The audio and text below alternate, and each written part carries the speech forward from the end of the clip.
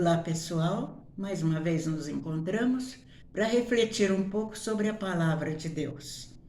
Estamos falando um pouco sobre as parábolas que Jesus conta, porque as histórias de Jesus, elas têm o objetivo de nos educar na fé. E a fé é um compromisso muito sério com o nosso Deus e com o próprio Jesus. Então, hoje eu escolhi uma parábola que chama As Bodas do Filho do Rei. Essa parábola ela tem duas partes. A primeira parte vai falar um pouco do Antigo Testamento e a segunda depois a vinda de Jesus.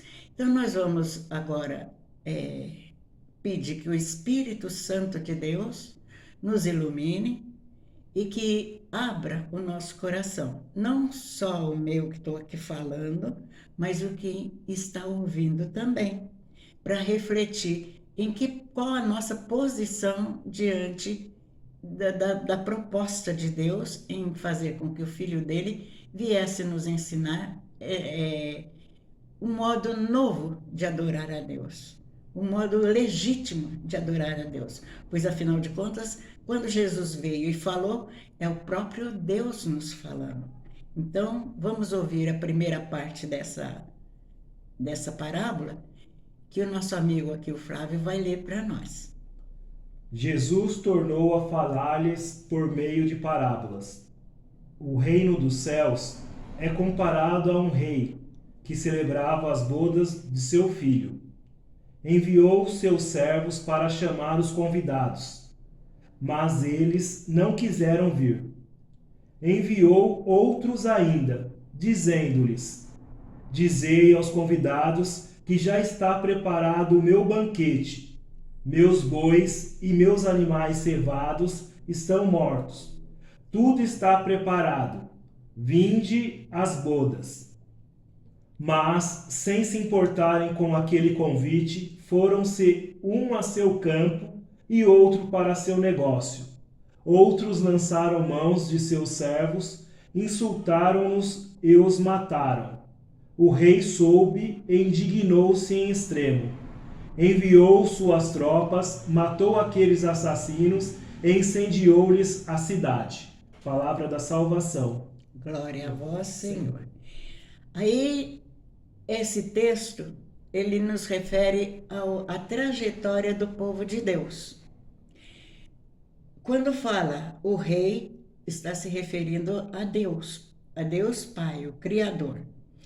E quem é o filho dele? É Jesus. E ele então fala que o filho vai casar, mas vai casar com quem? Com a igreja. Com a igreja. A vinda de Jesus até nós não é por acaso, não é de qualquer jeito. Ele vem com uma missão, salvar a toda a humanidade. E como é que ele faz? É casando com essa igreja. Porque se a gente pensar o que significa o sacramento do matrimônio, a gente sabe que é a doação da vida de um para com o outro. E é isso que Jesus fez. Ele doou sua própria vida pela humanidade. Então, Deus faz o convite. Quem são os convidados de Deus? Primeiro foram os patriarcas. E eles, uns aderiram, outros ficaram meio difícil, mas não aceitaram muito o convite, não. Por quê? Qual que era o convite? As bodas do filho do rei. Deus estava querendo encaminhar essas pessoas para que aceitassem Jesus Cristo como filho dele, o unigênito, enviado na humanidade para resgatar o povo que estava morto pelo pecado. Mas eles não quiseram, não aceitaram esse Messias que Deus prometeu. Depois vieram os profetas. E o que aconteceu com os profetas? Os profetas foram todos martirizados. Muitos morreram, outros foram banidos, tudo porque eles falavam em nome de Deus. A vinda do Messias. Vocês sabem muito bem que se a gente lê os profetas que anunciaram Jesus, eles falam da Virgem Maria, eles falam da vinda desse Cristo, esse Filho de Deus que vinha para a humanidade para falar em nome de Deus. mas não aceitaram. A gente sabe muito bem que o Antigo Testamento não aceitou Jesus como Filho de Deus. Muitos que acharam Jesus espetacular falavam que ele era um grande profeta, mas nunca o Filho de Deus, o Messias prometido. Então, fala aí também que Deus incendiou a cidade deles e coisa e tal. Isso tudo quer dizer, aquele que não aceita Jesus como Filho de Deus, como próprio Deus, não vai ter salvação no final do mundo. Porque é Jesus que nos resgata, é Jesus que deu a vida para a nossa salvação. E se a gente recusa, a gente não aceita essa oferta de Deus, nós estamos indo contra o próprio Deus. Então, no dia do julgamento final, não vai ser bom a situação daquele que não aceita Jesus. Porque o próprio Cristo fala, né? Todo aquele que vem a mim, todo aquele que me recebe, tem a vida eterna. E aquele que não recebe, o que vai ter? Condenação. Então, essa é a primeira parte da parábola explicada. Cada um deu uma desculpa. Quando Deus fala que estava tudo preparado, aí ele já está falando da vinda de Jesus e da Eucaristia. Porque a Eucaristia, para nós que conhecemos a proposta de Jesus, é o grande banquete. É onde nós nos alimentamos desse Deus, desse próprio Deus que nos dá a vida. E cada um deu uma desculpa e ninguém foi, ninguém participou, ninguém quis aceitar essa proposta de Deus. Então, o final de uma pessoa que não quer a proposta de Deus não é fácil, não. É bem difícil, né? É preciso haver conversão, é preciso haver arrependimento, e Deus aceita todo aquele que se arrepende verdadeiramente, não é? Então, assim a gente tenta explicar direito a primeira parte dessa parábola, essa história do casamento de Jesus, que foi recusado por uns e aceito por alguns, né? Segunda parte. Disse depois a seus servos: o festim está pronto, mas os convidados não foram dignos. Ide às encruzilhadas e convidai para as bodas todos quantos achardes. Espalharam-se eles pelos caminhos e reuniram todos quantos acharam, maus e bons, de modo que a sala do banquete ficou repleta de convidados. O rei entrou para vê-los e viu ali um homem que não trazia a veste nupcial. Perguntou-lhe: meu amigo, como entraste aqui sem as vestes nupcial? O homem não proferiu palavra alguma. Disse então o rei aos servos: amarrai-o os pés e as mãos e lançai-o nas trevas exteriores. Ali haverá choro e ranger de dentes, porque muitos são os chamados e poucos os escolhidos. Palavra da salvação. Glória a vós, Senhor. Aí, então, nós entramos na segunda parte da parábola, onde o rei ficou contrariado com aquele povo que não aceitou a proposta dele e não aceitou o convite, né? Então, ele manda que os servos vão pelas estradas e convide todos que encontrarem por ali. Essa é a proposta da igreja. A igreja está sempre de portas abertas e todos são convidados para esse festim. Essa festa maravilhosa que Deus preparou para nós, que é o casamento de Cristo com a igreja. É a entrega da vida dele por todos os semelhantes, todos os filhos de Deus. Então a humanidade tem essa chance de estar presente nessa festa magnífica que Deus preparou. E assim a sala da festa ficou lotada. E não é assim que são as igrejas? Todas lotadas, de gente procurando Jesus, de gente querendo participar da grande festa que Deus preparou. Mas quando o rei entra, ele percebe que tinha alguém que não trajava as vestes de festa, as vestes de casamento. No Antigo Testamento, tinha um, um modo de viver diferente dos nossos de hoje. É lógico que quando nós somos convidados para uma festa muito importante, a gente vai correndo, fazer vestido novo, roupa nova, o homem veste fraque, fica todo elegante. E naquele tempo, no Antigo Testamento, também existia um tipo de roupa especial para as bodas. Quando havia um casamento, a pessoa precisava estar trajada com aquela roupa. E aí ele conta na parábola, Jesus está falando aos judeus, está falando ao povo do tempo dele, que sabia dessas tradições.